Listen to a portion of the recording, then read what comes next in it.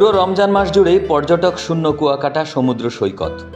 তবে ঈদের ছুটিতে ভ্রমণ পিপাসুরা ছুটে আসবেন কুয়াকাটায়, এমন প্রত্যাশায় তাদের বরণ করে নিতে প্রস্তুতি নিয়েছেন হোটেল, মোটেল, রিসোর্ট সহ সংশ্লিষ্ট ব্যবসায়ীরা। ইতিমধ্যে প্রথম ও দ্বিতীয় শ্রেণীর হোটেলগুলোর 50 থেকে 60% কক্ষ অগ্রিম বুকিং হয়ে গেছে।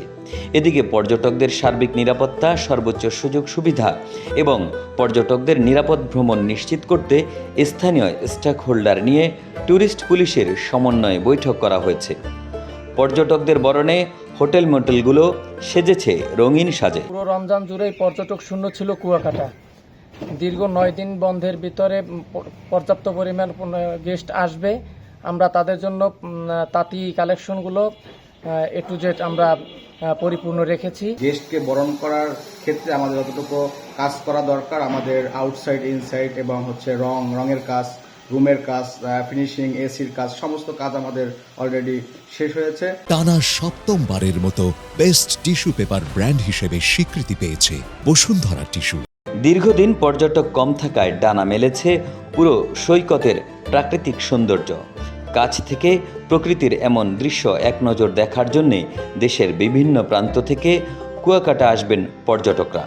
এতে করে বিগত দিনের লোকসান কিছুটা হলেও পুষিয়ে নিতে পারবেন তারা। আশা করি এই রমজান গেলে ঈদের পরে পর্যটকের ব্যাপক আগমন ঘটবে। কুয়াকাটাতে অনেক পর্যটক আসবে, কিন্তু আমরা আশা করি, কারণ বিগত এই টানা 9 দিন বন্ধ, মানে সরকারি বন্ধ আছে 9 দিন, কিন্তু এই 9 দিন বন্ধ অবশ্যই যারা দর্শনার্থী ঘুরতে কুয়াকাটা আসবে তারা এই ছুটিটা কাজে লাগাবে।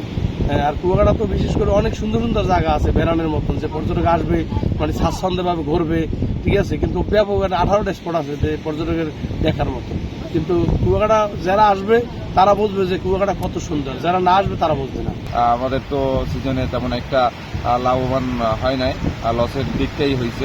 আশা করি সেই লসটাকে পোষানো ঈদের পরে সম্ভব হবে। পর্যটকদের নিরাপত্তায় ভ্রমণ স্পটগুলোতে ছড়িয়ে ছিটিয়ে থাকবে ট্যুরিস্ট পুলিশের বেশ কয়েকটি টিম।